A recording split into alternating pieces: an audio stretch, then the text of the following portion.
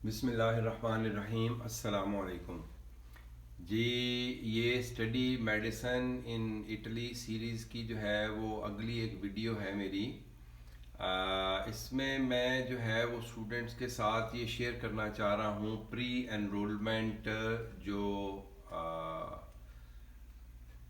Pre enrolment summary जो आती है, प्री एनरोलमेंट लेटर जो आता है आपको, ये आपको एक ब्रीफ उसकी डिस्क्रिप्शन दे रहा हूँ। आपको बता रहा हूँ कि वो कैसा होगा, कैसा होता है, और आपने उस लेटर को मिलने के बाद आपने क्या करना है।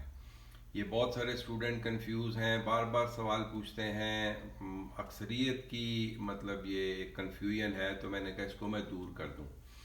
तो ये एक स्टूडेंट की एनरोलमेंट है जी यूनिवर्सिटी ऑफ पार्मा के लिए, ठीक है जी। मेडिसन एमबीबीएस प्रोग्राम के लिए जो 6 ईयर का प्रोग्राम है, 2022-23 के लिए जो है वो उसने प्री एनरोल किया है।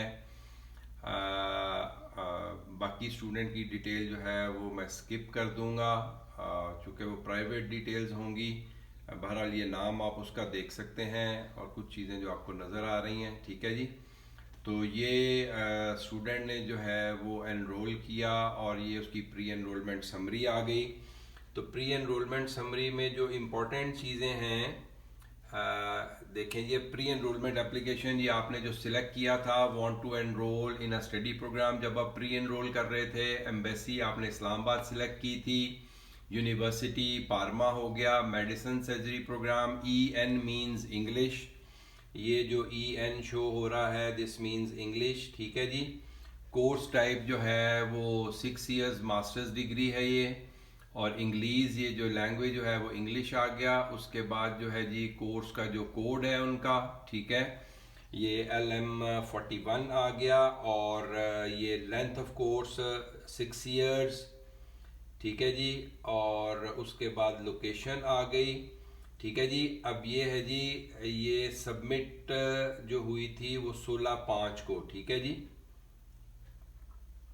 उसके बाद नेक्स्ट आ जाए जी, academic eligibility. The student is not admitted because he has yet to take admission test in Italy, test date. अच्छा, अब यहाँ पर एक स्टूडेंट, कुछ स्टूडेंट कंफ्यूज थे मेरे से, उन्होंने पूछा जी हम तो इटली में टेस्ट नहीं दे रहे। तो ये एक जनरल सी बात उन्होंने लिखी हुई है, मतलब वो टेस्ट डेफिनेटली इटली में नहीं होगा आपका, लेकिन चूंकि इटली के लिए टेस्ट है तो वो एक जनरल सा उन्होंने एक फॉर्मेट ये बना दिया हुआ है कि आपने टेस्ट में अपीयर होना है, और टेस्ट की डेट जो है वो 15/9/2022 है। आप अपीयर वहीं पे होंगे जो आप टेस्ट का सेंटर सिलेक्ट करेंगे, जैसे लाहौर करते हैं, जद्दा करते हैं, दुबई करते हैं, या इटली में ही कोई करते हैं, तो वो आपका टेस्ट सेंटर होगा और वहीं पे आप अपीयर होंगे। ये लाजमी नहीं है कि ये सिर्फ और सिर्फ आप इटली में ही जाके टेस्ट दे सकते हैं, नो। आप इसके लिए अगर लाहौर के सेंटर के लिए बुकिंग करेंगे तो लाहौर में ही टेस्ट देंगे। उसके बाद है, it is not necessary to verify the knowledge of the language, ठीक है। ये और मैं आपसे एक डॉक्यूमेंट डिस्कस करूंगा, मुख्तलिफ यूनिवर्सिटीज़ का सेम डॉक्यूमेंट है। उसमें वो बोलते हैं कि अगर आप आई मैट टेस्ट को क्लियर कर लेते हैं तो आपको इंग्लिश लैंग्वेज प्रोफिशेंसी सर्टिफिकेट की ज़रूरत नहीं है। क्यों? क्योंकि आई मैट टेस्ट क्वालिफाई करना इटसेल्फ इस बात की जो है वो गारंटी है कि आपकी जो है वो लैंग्वेज प्रोफिशेंसी ठीक है, आपको किसी टेस्ट की ज़रूरत नहीं है। तो जितनी भी आप एडमिशन कॉल्स देखेंगे एमबीबीएस के हवाले से, उन सब में ये मेंशन है कि आपको किसी किस्म के लैंग्वेज प्रोफिशेंसी सर्टिफिकेट की ज़रूरत नहीं है। और एक दो स्टूडेंट्स ने मेरे से शेयर किया, उन्होंने एम्बेसी से भी पूछा, तो एम्बेसी ने भी यही जवाब दिया कि आपको इंग्लिश प्रोफिशेंसी सर्टिफिकेट की ज़रूरत नहीं है इटली में एडमिशन्स के लिए। लेकिन वंस अगेन मैं हमेशा अपने स्टूडेंट को कहता हूं, अगर आप इंग्लिश प्रोफिशेंसी टेस्ट दे सकते हैं, आईएल्स है, टॉयफल है, या कोई और है, तो आप ज़रूर दें। आपका प्रोफाइल उससे बाकी एप्लीकेंट से सुपीरियर हो जाएगा, सो दैट विल हेल्प। तो मेरी सजेशन यही होती है स्टूडेंट्स को, अगर आप दे सकते हैं, टाइम है, मैनेज कर सकते हैं, तो बिल्कुल आप दें। अगर टाइम नहीं है तो फोकस करें अपने IMAT टेस्ट के ऊपर, which is the main test. उसके बाद है जी documents assess for admission. No qualification has been assessed yet. ठीक है जी, ये आपकी एक प्रोविजनल क्वालिफिकेशन जो आपने उनको दी, उन्होंने तो उसको असेस नहीं किया। मतलब इन अ सेंस उन्होंने एक असेसमेंट कर ली कि ठीक है जी आप एलिजिबिलिटी क्राइटेरिया में आते हैं, तो आपको उन्होंने ये जो है दे दिया, प्री एनरोलमेंट दे दी। लेकिन साथ ही वो कह रहे हैं the institution requires the declaration of value, कि पार्मा यूनिवर्सिटी को या कोई भी और यूनिवर्सिटी जो है, सब में इसी तरह आपको मेंशन मिलेगा कि उनको डिक्लेरेशन ऑफ वैल्यू का जो डॉक्यूमेंट है वो चाहिए। और इसका मैंने तरीका बताया था, ये दो तरीके से मिलता है। एक डिक्लेरेशन ऑफ वैल्यू है जो आपके मुल्क में आपकी एम्बेसी आपको इशू करती है, एम्बेसी या कॉन्सुलेट। और दूसरा एक डॉक्यूमेंट होता है सीमिया सर्टिफिकेट ऑफ कंपैरेबिलिटी, वो आप ऑनलाइन अप्लाई कर सकते हैं। ऑलरेडी मैं उस पर वीडियो बना चुका हूँ, अपलोड कर दी हुई है कि वो किस तरह से करना है। वो सारा प्रोसेस ऑनलाइन है। डिक्लेरेशन ऑफ वैल्यू जो है वो एम्बेसी या कॉन्सुलेट करेगा, और जनरली ये DOV जो है वो वीज़ा एप्लीकेशन के साथ इन वन को दोनों चीज़ें इकट्ठी प्रोसेस करती है। एम्बेसी अलग से DOV इशू नहीं करती जनरली। उसके बाद ये फर्दर इंफॉर्मेशन है जी, expected start date of teaching activities 1/10/22, 1 October 2022, और ट्यूशन फीस 2000 यूरो। अब ये एक उन्होंने जनरल फीस लिखी हुई है, ये हर स्टूडेंट पे अप्लाई नहीं होगी। ठीक है, वो जब आप जाएंगे तो उनका एक डॉक्यूमेंट होता है जिसको इससे बोलते हैं ISEE, उसकी भी मैं वीडियो इंशाल्लाह एक दिन में बना दूंगा। ISEE आपने एक डॉक्यूमेंट बनवाना होता है, और उसकी बेस पे फिर आपकी फीस कैलकुलेट होती है। तो कल एक स्टूडेंट को मैंने प्री एनरोल किया, तो जब उसको एक प्री एनरोलमेंट समरी मिली तो वो बहुत परेशान था कि जी ये तो 2000 फीस तो बड़ी ज़्यादा है, तो मैं तो अफोर्ड नहीं कर सकता।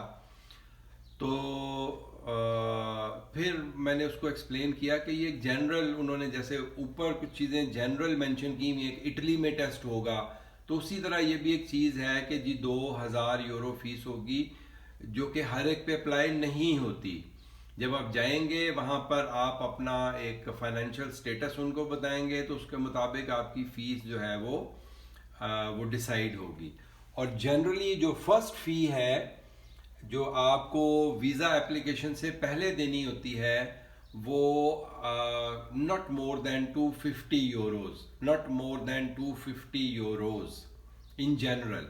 250 और 275 यूरोज वेरीज।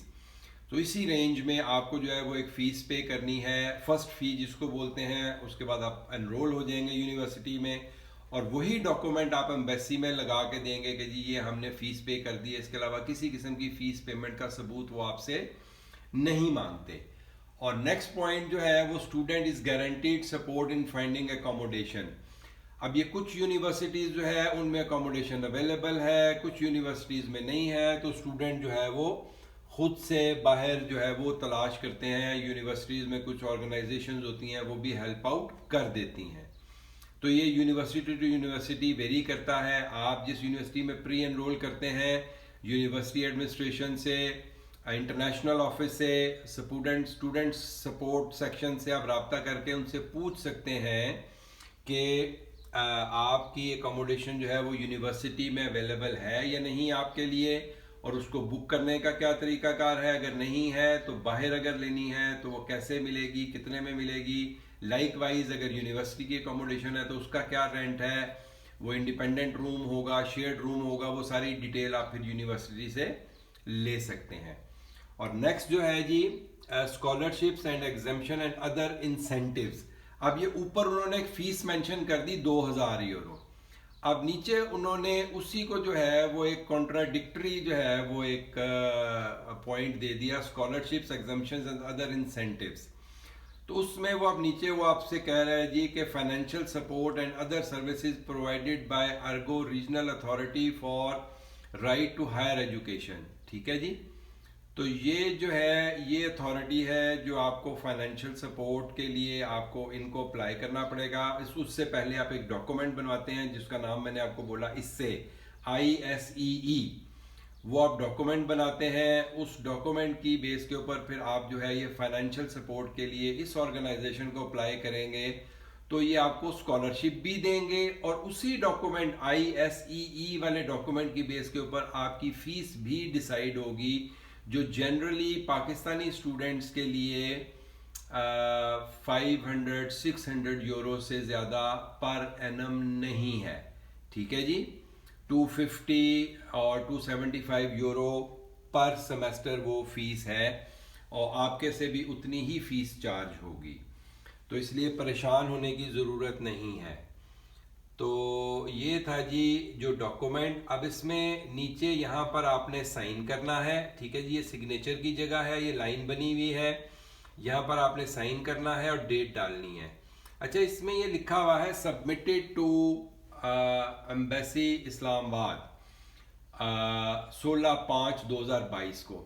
अब ये बहुत सारे स्टूडेंट कंफ्यूज करते हैं, बार बार मेरे से पूछ रहे हैं यो तो जी ऑलरेडी उन्होंने भेज दिया हुआ है, वो तो जी ऑलरेडी उन्होंने भेज दिया हुआ है यूनिवर्सिटी टेली वालों ने, तो हमने क्यों भेजना है? हमने नहीं भेजना भाई। उसका सिंपल सा आंसर ये है कि जब आप बेसिकली वही बात है ना कि आप वो हिट एंड ट्रायल वाला काम करते हैं, स्टूडेंट उसको गौर से पढ़ते नहीं है। मैं भी एक स्टूडेंट की universitytally.it पोर्टल पे जाके आपको बताता हूँ, उसमें क्लियर कट लिखा हुआ है कि आपने ये डॉक्यूमेंट जो है वो एम्बेसी को भिजवाना है, आपने भिजवाना है। उन्होंने लिखा है हमने भी भेज दिया है और आपने भी भिजवाना है, ये दोनों चीजें मेंशन्ड है। सो आपने ये डॉक्यूमेंट साइन करके डेट डाल के कोरियर के जरिए एम्बेसी के एड्रेस पे भिजवा देना है। तो आप ये बेसिकली ये डॉक्यूमेंट है आपको वीजा एप्लीकेशन की क्यू में लाने के लिए, इसका और कोई मकसद नहीं है। ये डॉक्यूमेंट सिर्फ और सिर्फ उन स्टूडेंट्स के लिए है जो नॉन EU हैं, यूरोपियन यूनियन से बाहर रहते हैं और उनको इटली जाने के लिए वीजा की जरूरत है। सिर्फ उनको ये प्री एनरोलमेंट करनी है और ये एम्बेसी में भेजनी है ताकि अब वीजा की क्यू में आ जाए और एम्बेसी को पता हो कि हमारा वर्कलोड कितना है वीजास का। तो ये था जी प्री एनरोलमेंट जो है वो सर्टिफिकेट या pre enrolment summary, pre enrolment call. ठीक है जी, जो यूनिवर्सिटी ने इशू की, यूनिवर्सिटी ऑफ पार्मा ने एक स्टूडेंट को, और इसी तरह की कॉल बाकी स्टूडेंट्स को दूसरी यूनिवर्सिटीज़ भी इशू कर रही हैं, वो भी मैं इंशाल्लाह आपसे शेयर करूंगा। तो अब तक के लिए इतना ही, फिर इंशाल्लाह मिलते हैं किसी नई वीडियो के साथ। अस्सलाम वालेकुम।